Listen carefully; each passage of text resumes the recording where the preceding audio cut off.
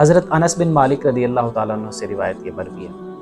آپ علیہ الصلوۃ والسلام کی خدمت میں ایک آدمی آیا اور عرض کرنے لگا، اللہ کے رسول،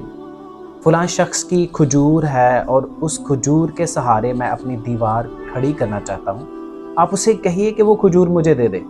تو آپ علیہ الصلوۃ والسلام تو لوگوں کے کام آنے والے تھے، آپ نے اس شخص سے کہا کہ اپنی کھجور اسے دے دے تاکہ وہ اپنی ضرورت پوری کر سکے، تو اس شخص نے انکار کر دیا۔ ابو دحدہ رضی اللہ تعالیٰ عنہ، آپ کے جانثار صحابی،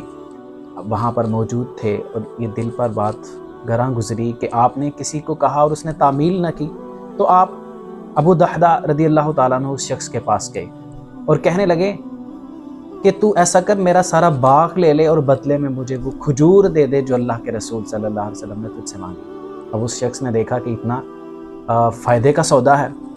اس کے لیے بھی فائدے کا سودا ہوگا کسی اعتبار سے، دنیاوی اعتبار سے، لیکن جو فائدے کا سودا ابو دحدہ رضی اللہ تعالیٰ عنہ کے لیے تھا، جو ایمان کی کیفیت وہ محسوس کر رہے تھے اور ایکسپیرینس کر رہے تھے، جتنی ان کو اس میں کامیابی نظر آ رہی تھی، ان کا معاملہ مختلف تھا۔ تو اللہ کے رسول صلی اللہ علیہ وسلم کی خدمت میں حاضر ہوئے، اللہ کے رسول، جو آپ باغ چاہتے تھے، جو آپ کھجور کا درخت چاہتے تھے، وہ میں نے اپنا باغ فروخت کر کے لے لیا، آپ ضرورت مند کو اسے دے دیجئے۔ تو آپ صلی اللہ علیہ وسلم بڑے خوش ہوئے اس بات پہ اور فرمانے لگے، ابو دحدہ، تمہارے لیے جنت کے کتنے خوشے لٹک رہے ہیں، تمہارے لیے جنت کے کتنے خوشے لٹک رہے ہیں، تمہارے لیے جنت کے کتنے خوشے لٹک رہے ہیں۔ ابو دحدہ اپنے باغ میں آئے اور اپنی بیوی کو ندا دی، کہا کہ اللہ والی باہر آ جاؤ، اس باغ سے باہر آ جاؤ، یہ باغ میں نے فروخت کر دیا ہے جنت میں باغ کے بدلے میں۔ تو بیوی بھی کتنی اللہ والی تھی، وہ کہنے لگی کہ تو نے